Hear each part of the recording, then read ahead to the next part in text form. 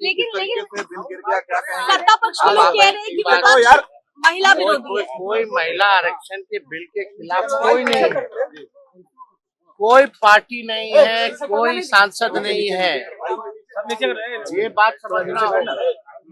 महिला बिल ये सत्ता पक्ष से पूछी तो पहले ही से पास हो रखा है, और हम लोगों की ये मांग थी कि ओबीसी जो महिलाएं हैं, पुरुषों की जाति जाति होगी, महिलाओं की जाति जाति नहीं होगी, तो पिछड़ी महिलाएं ओबीसी महिलाओं को क्यों नहीं, ये हमारा सवाल था।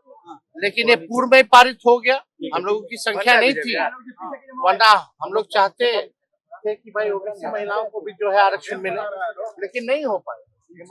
ये आनन फानन में जब 5 राज्यों का चुनाव चल रहा है, तो ये आनन फानन में इसलिए लाया गया कि डीलिमिटेशन की जो बातें थी और जो सेंसस जो होना है, लेटेस्ट सेंसस, ये साफ तौर पे इसलिए था, ये लोग जो दे रहे थे 2011 की जनगणना को लेकर के होता, लेकिन हम लोग का है कि भाई जो लेटेस्ट जो 25 की जो जनगणना है उससे होगी, तो जाहिर से तौर पे पिछड़ों की, अति पिछड़ों की, दलितों की जो आबादी है वो बढ़ेगी, तो आरक्षण फिर देना होगा इन लोगों को, जाति जनगणना कराना पड़ेगा।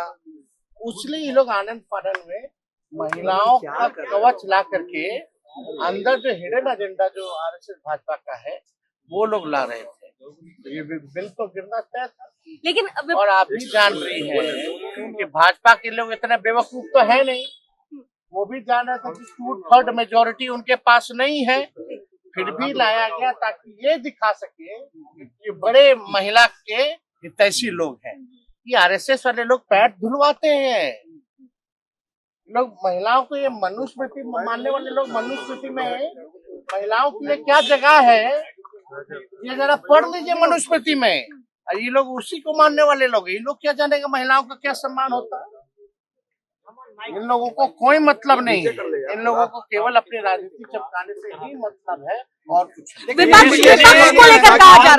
डिलिमिटेशन लाने की साजिश थी इस बिल के तहत। तेजस्वी जी, डिलिमिटेशन हुआ ना जम्मू कश्मीर में, असम में, कश्मीर का चुनाव का रिजल्ट जो 6 जगह इन लोगों ने डिलिमिटेशन किया, उबार खबार करके 6 जो है बीजेपी जीती है।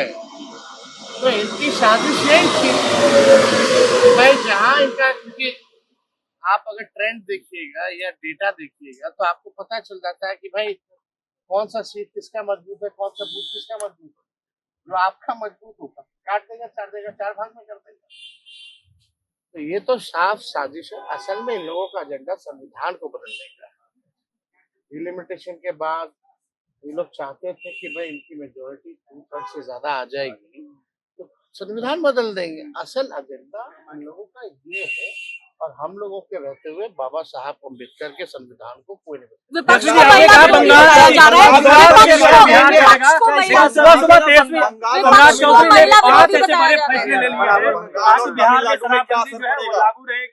कई ऐसे जो है फैसले नीतीश कुमार के जो काम था उसको आप आगे बढ़ा रहे हैं।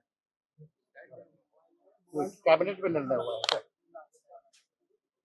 प्रेस रिलीज जारी किया गया। जरूरत क्यों आना, ये बोलने की जरूरत ही क्या है। तो देखिए, हम अब सेलेक्टेड मुख्यमंत्री बने हैं, और जो इलेक्टेड मुख्यमंत्री को हटा कर, और उनका था कि भाई सपना की नीति जी को हम लोग हटा दें, उसके लिए तो हम लोग को धन्यवाद देंगे। अब काम करें ना, काम ज्यादा करें, बात कम करें। बिहार जो नीति आयोग की रिपोर्ट में पिछले 20 सालों से फिसलती है, कब आएगा आपके 5 टॉप राज्यों में बिहार, ये सवाल है हमारा। इस पे तो काम हो ही नहीं रहा। खजाना खाली, खजाना भरने के लिए रेवेन्यू की क्या व्यवस्था करेंगे, ये रोड मैप बताए ना। मुख्यमंत्री जी से हम जानना चाहिए कि उनका विजन और रोड मैप क्या है। बिहार को 5 टॉप राज्यों में क्या चला, हर जिले में कारखाने देने की बात की गई, 2 करोड़ नौकरी देने की बात की गई है, 2 लाख रुपए महिलाओं को देने की बात की गई है। लेकिन ये मुख्यमंत्री जी बिजली दर के बारे में कुछ बात की है क्या, कि आप तो कहते थे 125 यूनिट फ्री में बिजली लाएंगे, और अब दरें बढ़ा दी गई है, और दरें उस समय की बढ़ाई गई हैं सबसे ज्यादा जब बिहार के लोग बिजली का उपयोग करते हैं, तो इस पे तो कोई सवाल नहीं। तो लोग मुद्दे की बात नहीं करेगा, इन लोगों से कितना भी बकवास बुलवा लीजिए वही लोग बोलेंगे। आखिर इनके हाथ में तो है नहीं। अब तो सुनने में आ रहा है कि भाई पीएमओ से आ रहे हैं। हम तो बात जो कहते थे वो बात तो हो ही गई ना साबित कि भाई अब गुजरात से ही चलेगा बिहार।